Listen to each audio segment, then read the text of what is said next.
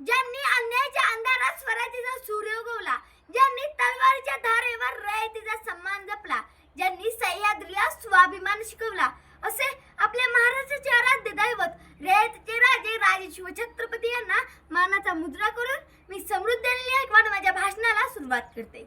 आज आपण फक्त एका राजाची जयंती साजरी करत नाही, तर आज आपण साजरी करतो स्वाभिमानाचा जन्म.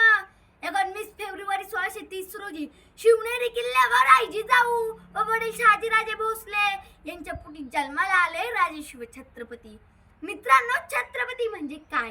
छत्रपती म्हणजे जिजाऊंच्या गळ्यातील मोत्याची माळ, छत्रपती म्हणजे सैन्य कुंकवाने भरलेली कपाळ, छत्रपती म्हणजे बलिदान पुत्र जयंत शंभू बाळ, छत्रपती म्हणजे कायम आठवणीतले आभार, छत्रपती म्हणजे सोन्याच्या नांगराला चांदीचा फाळ, छत्रपती म्हणजे ज्यांच्या पुढे शिरलेल्या मुलांची डाळ, छत्रपती म्हणजे गनिमांसाठी तुफान जंजाळ, छत्रपती म्हणजे ज्याने भारत मातेच्या पायात बांधली सोन्याची चाळ, आणि छत्रपती म्हणजे उभ्या स्वराज्याचा सुवर्ण काळच.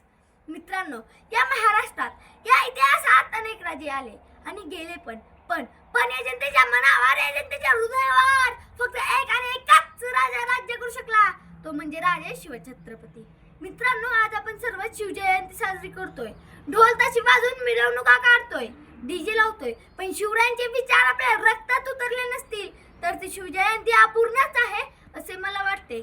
शिवजयंती ही नाचून नाही तर शिवचरित्र वाचून साजरी झाली पाहिजे असेही मला वाटते.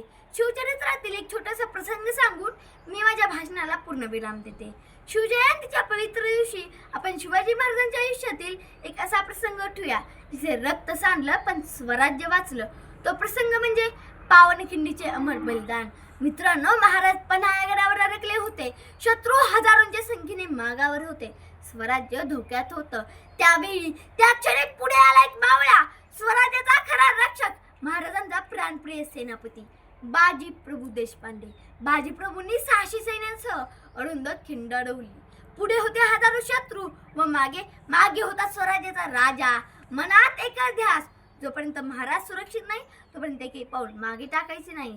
तलवारी तुटल्या, देह जखमींनी भरले, तरीही मावळे ढळले नाही. मावळे लढत राहिले. शेवटी बाजीप्रभू गंभीर जखमी झाले, तरी त्यांनी आपला श्वास रोखून धरला. जोपर्यंत विशाळ गडावर तोफेचा आवाज झाला नाही तोपर्यंत त्यांनी आपले प्राण सोडले नाही. तो आवाज विजेचा नव्हता, तो आवाज होता बलिदान पूर्ण झाल्याचा. त्या दिवशी खिंड अपवित्र झाली नाही तर खिंड पावन झाली, म्हणून इतिहासाने त्या ठिकाणाला पावनखिंड असे नाव दिले. मित्रांनो, आज आपण मोकळेपणाने जगतोय, मोकळ्या हवेत श्वास घेतोय, ते फक्त या मावांच्या रक्तामुळेच. शेवटी जाता मी शिवाजी महाराजांबद्दल एवढेच म्हणेल की नद्या नाले तुडुंब भरले तरी समुद्राची सरी येईल का? अहो, समुद्राची सरी येईल का? कितीही राजे होऊन गेले तरी माझ्या शिवबाची सरी येईल का?